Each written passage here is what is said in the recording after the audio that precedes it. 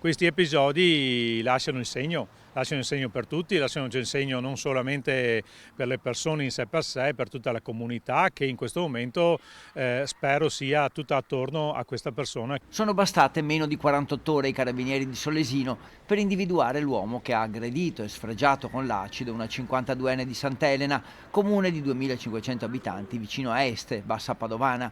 La vittima stava passeggiando in tarda serata non lontano da casa quando tutto si è consumato in pochi secondi. L'aggressore, appostato al buio, si avvicina alla donna e le getta addosso il liquido corrosivo.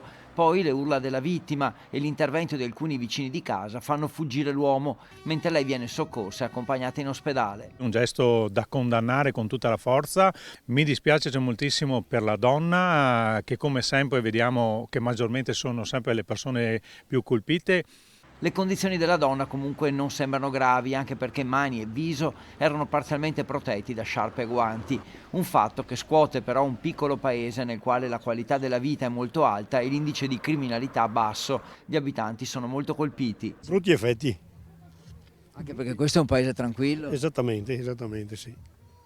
Questo è un paese molto tranquillo, però certe cose succedono anche qua. È abbastanza inquietante, devo dire, nel senso che senti sempre queste notizie dagli altri, dalle altre città, quando ti capita comunque vicino chiaramente fa un po' un effetto preoccupante. Speriamo che non capiti più, insomma, ecco, comunque che questa persona anche venga punita. Molta rabbia, a dire la verità, mamma mia, sono rimasta un po' così, in un paesino così piccolino.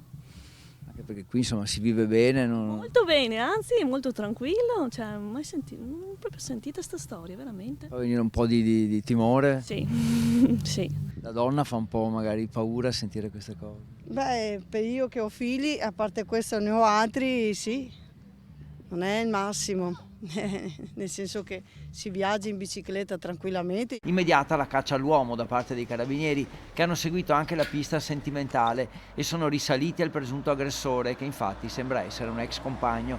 Ora l'autorità giudiziaria deciderà quale provvedimento emettere nei suoi confronti.